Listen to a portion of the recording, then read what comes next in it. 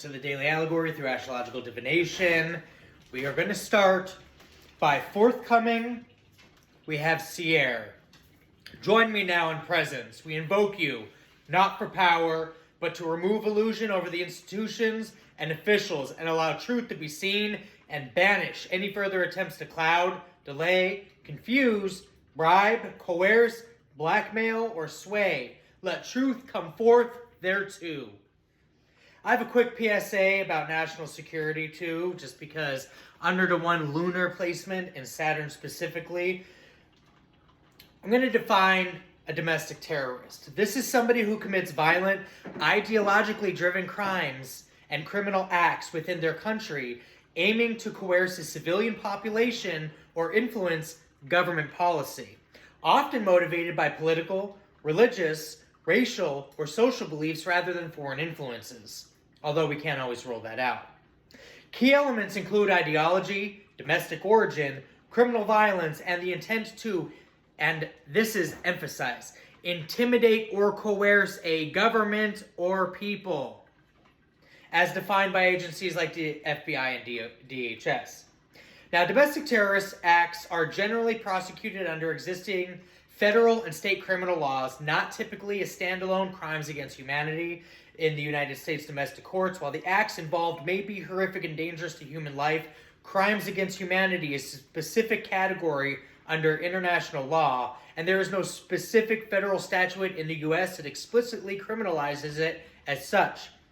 And in my opinion, I think it's about time that we get with policymakers and create and structure new frameworks to implement new policies so it can be charged as a standalone crime.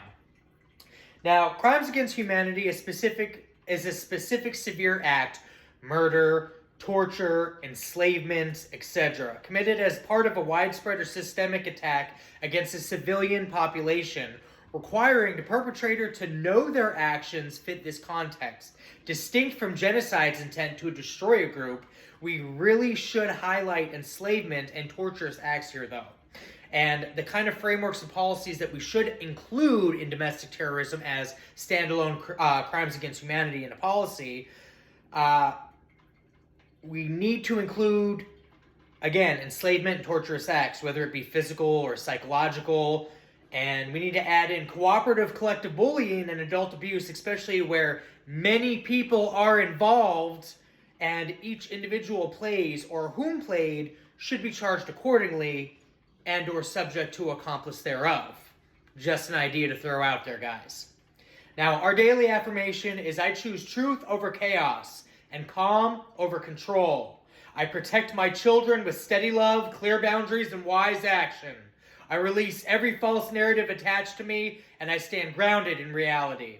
I trust that manipulation collapses under its own weight and integrity endures. I am guided, protected, and resilient for sure. My home becomes safe, stable, and free. With the sun illuminating a string on the quantum realm of probability, a volatile mother spirals into a pattern of filing fraudulent police reports and weaponizing her children, using false accusations, child support threats, and custody leverage to punish the father for refusing to remain entangled in her chaos, while trying to bargain for charges against her to be dropped. Could you imagine that?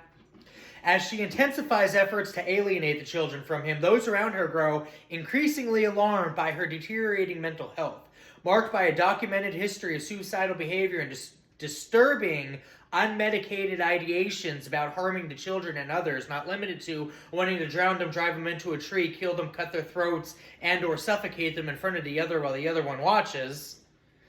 Desperate to escape accountability, she begins reporting nearly everybody she knows, at one point flooding an FBI tip line in an apparent attempt to secure a plea deal, while also making belated claims of inappropriate relationships involving police and her family. Looming behind it all is her fixation on a shared religious community she alleges operates through coercion and blackmail, hoarding evidence to control members, kind of like puppets, like a puppeteer, if you will. Leaving the father and the children caught between legal warfare, paranoia, and the terrifying question of how far is she actually going to go? This is the story of the Waning Paper Sun. Sun conjunct Mercury in the third began as a voice that wouldn't stop talking. Not a conversation, an announcement. A performance, if you will. A sentence delivered like scripture, repeated until it sounded true. Every week, sometimes twice, the same hands wrote new versions of the same story and slid them into the world like blades. Reports, statements, calls to dispatch, concerns framed as emergencies. The father learned a rhythm of sirens the way other people learned weather.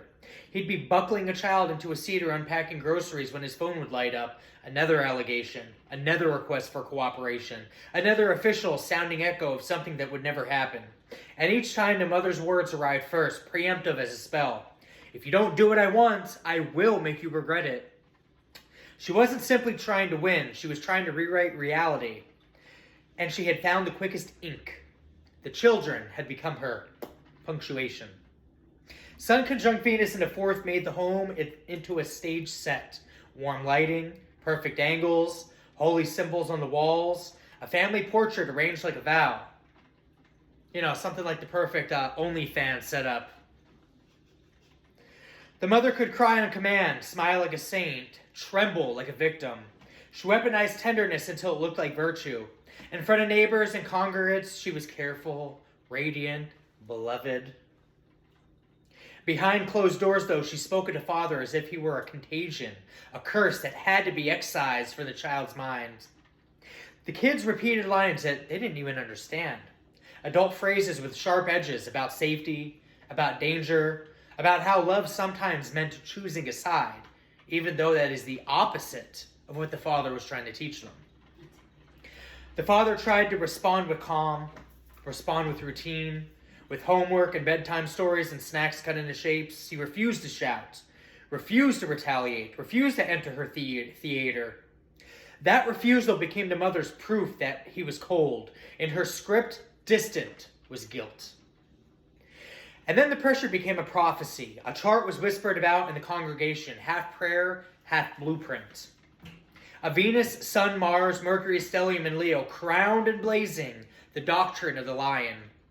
The power to command attention, to dominate the narrative, to make the world look where you pointed. Truth is what holds, the elders taught. And what holds is what we agree to keep. Their sermons weren't about grace. They were about control, dressed as salvation. They spoke softly about obedience and loudly about consequences. They taught that people were instruments, useful, replaceable, and above all, owned. It's like they trafficked people or something, unbeknownst to them until they became aware.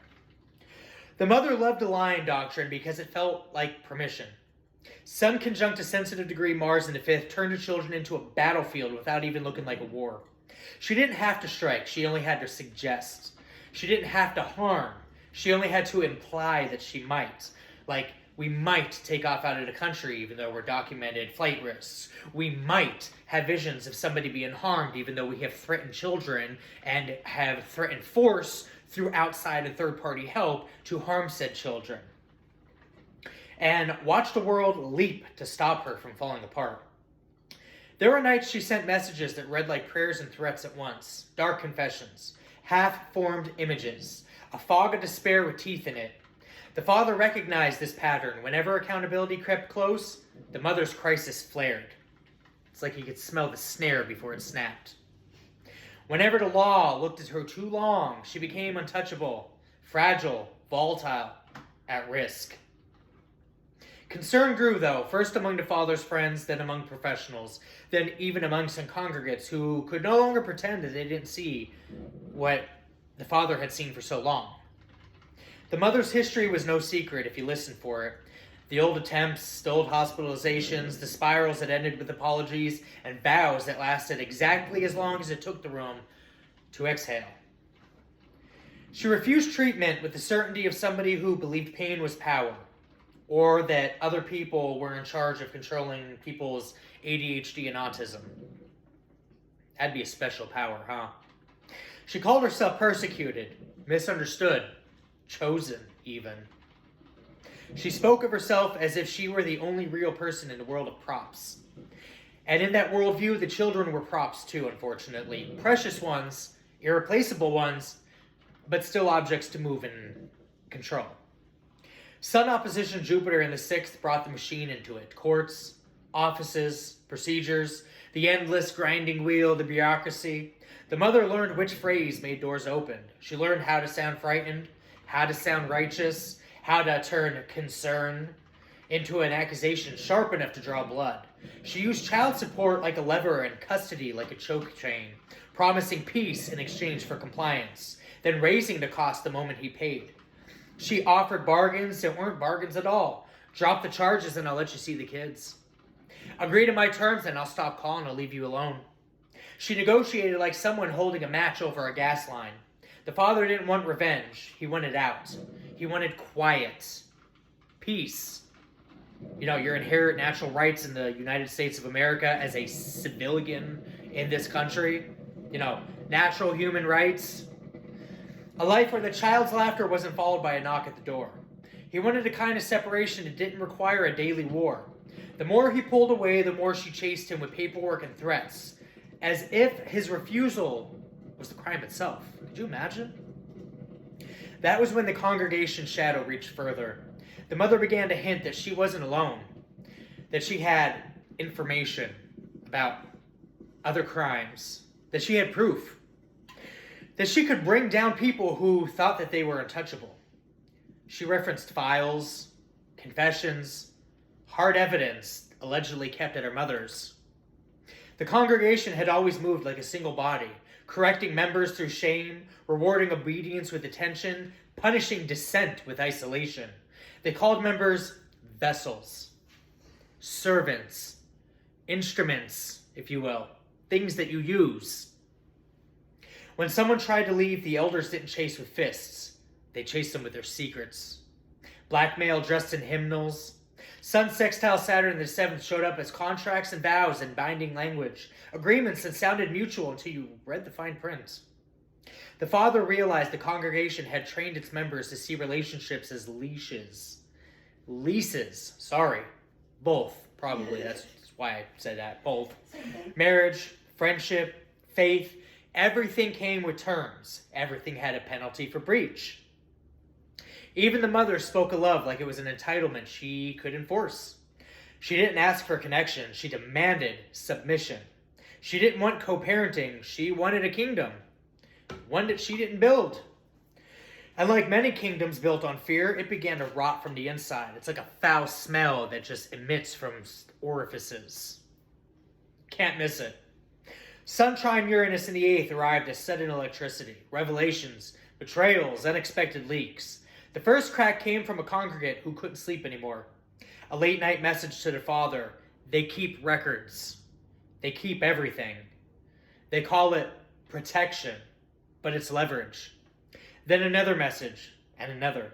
Fragments of an underground archive, screenshots, recordings, staged confessions, sessions where members were coaxed into admitting sins that could be weaponized later, or people that were drugged and or forced into a situation to do, say, and or act on something so it could be later used against them so they would cooperate and or comply with any demand, as insane as it is.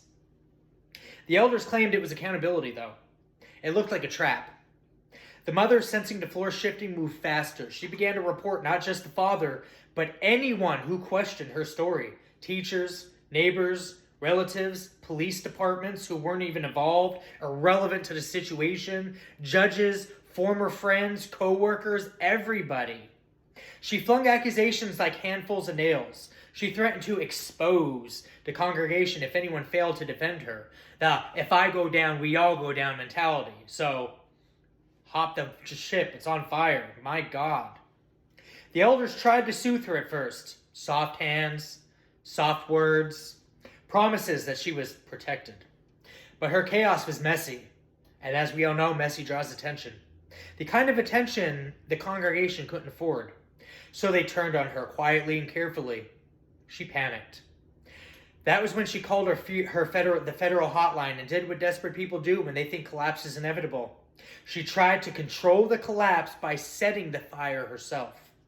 She reported everyone under the sun, people she barely knew, people she did know, people she once called family, people who were actually her family, people who were friends that she stole from other people. creating elaborate stories to make them look bad, to separate the circle they did have. She offered solid evidence to this person on the phone, like it was a currency, pleading for a deal that hadn't even been offered, bargaining with a system that she didn't understand. I can prove it. I can give you names. I can give you more. We have record of everything on paper, documents, videos, everything.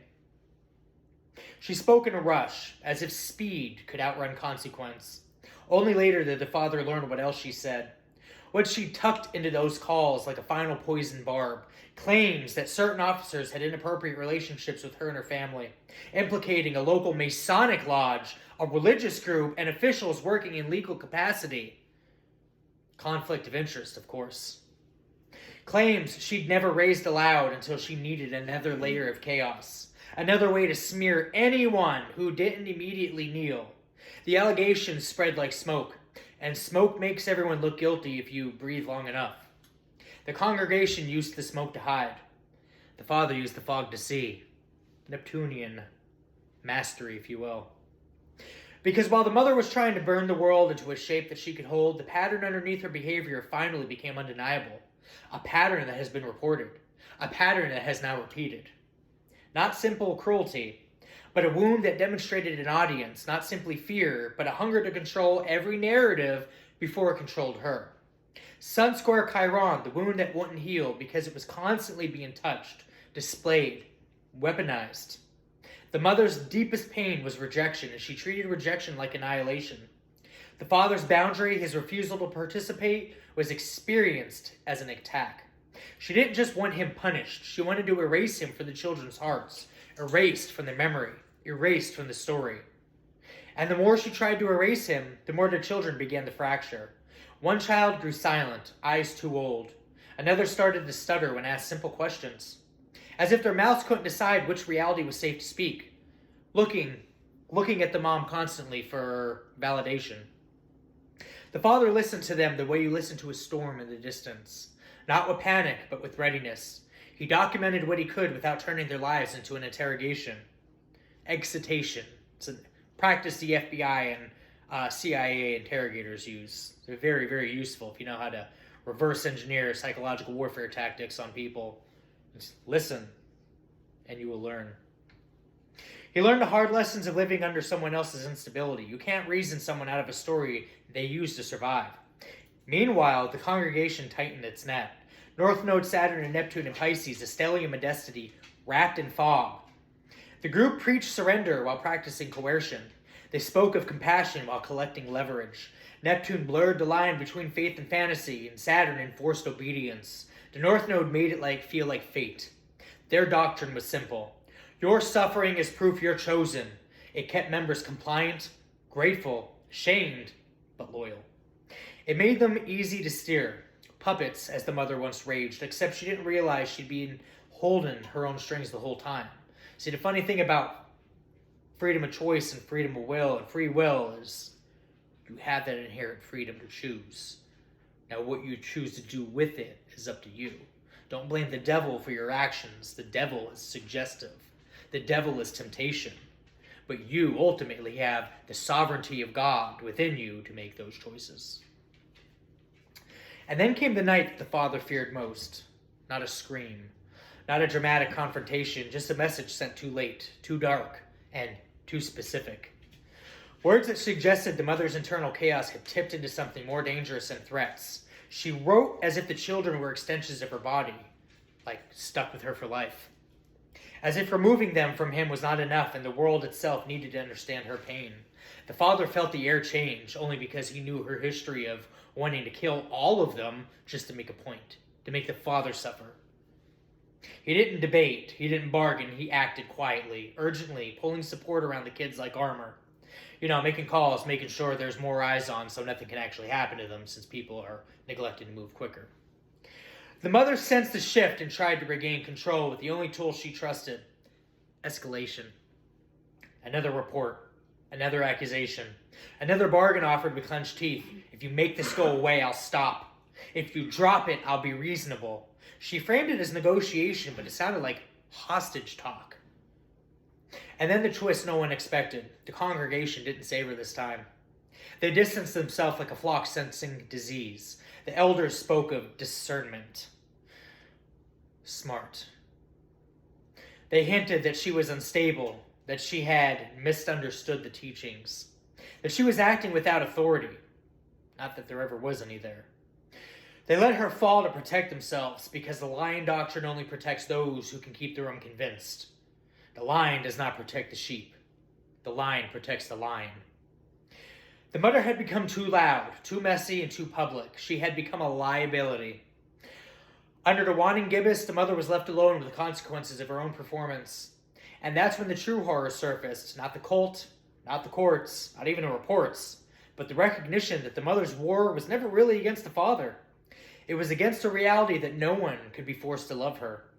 It was against the terrifying fact that the children were not objects. They are not objects. They're not mirrors. They're not weapons. They're people. And people grow. And growing means leaving.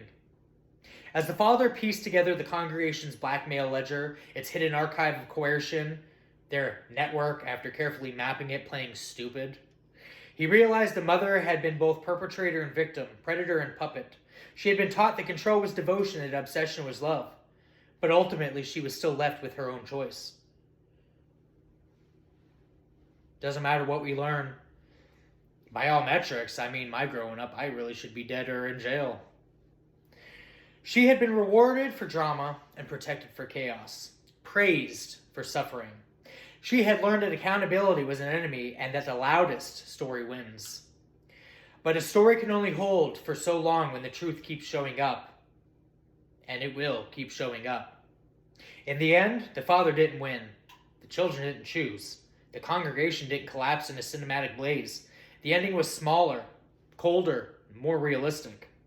Doors closing, lines drawn, watchers finally watching the right person. The mother's paper sun dimmed as the moon drained the excess back into the shadow, and the lion's roar faded into the sound of something older. Consequence.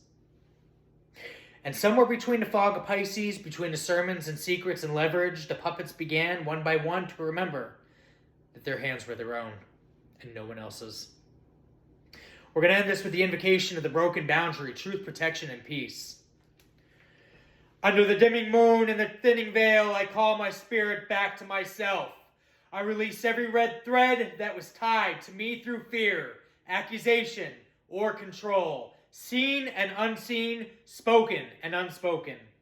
By the sun in Leo, I awaken courage without cruelty. Let my voice be clear, my mind be steady, my heart be immovable. By Mercury's truth, let lies unravel in their own time and light.